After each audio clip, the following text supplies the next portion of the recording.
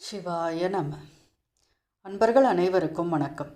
சிவன் ஆலயங்களில் எவ்வாறு வழிபட வேண்டும் என்பதை தெரிந்து கொள்வோம் வாருங்கள். சிவன் கோவிலின் உள்ளே நுழைந்தவுடன் நமது கண்ணில் பிரம்மாண்டமாக தெரியும் கோபுரம் ராஜகோபுரம் ஆகும்.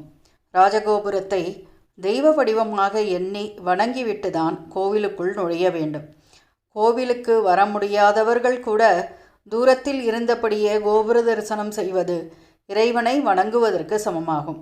எனவேதான் கோபுர தரிசனம் கோடி புண்ணியம் என்கிறார்கள். பிறகு ஆலயத்தின் உள்ளே நுழைந்தவுடன் நமக்கு தெரிவது பலிபீடம் ஆகும். பலிபீடத்தின் அருகே சென்று கீழே விழுந்து நமது உடலில் உள்ள காமம், கோபம், பேராசை, பற்று, அகங்காரம் ஆகியவற்றை அந்த இடத்தில் பலி கொடுத்து விட்டு இறைவனை வணங்க செல்ல வேண்டும் என்பதற்காகவே இந்த பலிபீடம் அமைக்கப்பட்டுள்ளது. அதாவது நாம் பலிபீடத்தின் அருகே விழுந்து நமஸ்கரித்து நம்முடைய கெட்ட குணங்களை பலியிடுவதாக இறைவனிடம் வேண்டி ஆலயத்தின் உள்ளே நுழைய வேண்டும். இதற்கு அடுத்து இருப்பது துவஜஸ்தம்பம் அல்லது கொடிக்கம்பமாகும். இந்த கொடிக்கம்பத்தில்தான் கோவிலின் திருவிழா காலங்களில் கொடியேற்றி அதை ஊர் முழுவதும் தெரிவிப்பார்கள். அதற்கடுத்து சிவனின் வாகனமான நந்தியின் மண்டபம் அமைந்துள்ளது. இவரை வணங்கி அனுமதி பெற்ற பின்பே சிவனை வணங்க செல்ல வேண்டும். ஆலயத்தில் பிரதிஷ்டை செய்யப்பட்டுள்ள தெய்வ மூர்த்தங்கள் அனைத்தும் எப்பொழுதும் தியானத்தில் இருப்பதால் நாம் தொட்டு வணங்குதல் கூடாது.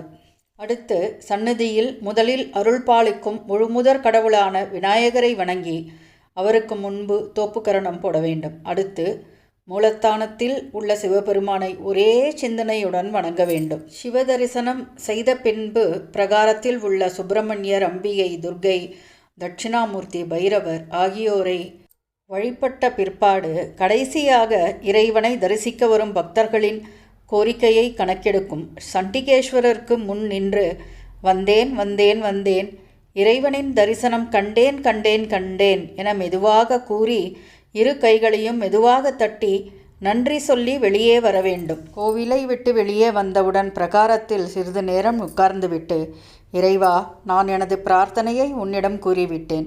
இதில் எனக்கு எது தேவை, எது தேவையில்லை என்பது உனக்கு தெரியும். அதன்படி வரம் கொடு என பிரார்த்தனை செய்து கொள்ள வேண்டும். பின்பு மறுபடியும் கொடிக்கம்பத்திற்கு அருகில் சென்று வடக்கு நோக்கி தலை வைத்து, பெண்களாக இருந்தால் 2 கை, 2 கால், தலை ஆகிய 5 உறுப்புகள் தரையில் படும்படியான பஞ்சாங்க நமஸ்காரமும், ஆண்களாக இருந்தால் உடல் முழுவதும் தரையில் படும்படியான சாஷ்டாங்க நமஸ்காரமும் செய்துவிட்டு வெளியில் வர வேண்டும்.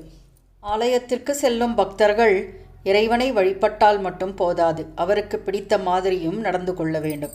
நம் பிரார்த்தனை ஒரே நாளில் பலித்து விடாது. அதற்கான கால நேரத்தில் நம்முடைய கர்ம வினைகள் தீர்ந்த பிறகு ஒரு நாள் கண்டிப்பாக நடக்கும். நம்பிக்கையை மட்டும் விட்டுவிடாமல் தொடர்ந்து பிரார்த்தனையில் ஈடுபட வேண்டும். திருமந்திரத்தில் அன்பே சிவம் என்கிறார் திருமூலர். அறிவான தெய்வமே என்று இறைவனை குறிப்பிடுகிறார் தாயுமானவர். அன்பையும் அறிவையும் நாம் ஒவ்வொருவரும் பெற முயற்சிக்க வேண்டும். ஓம் நம சிவாய. நன்றி, வணக்கம்.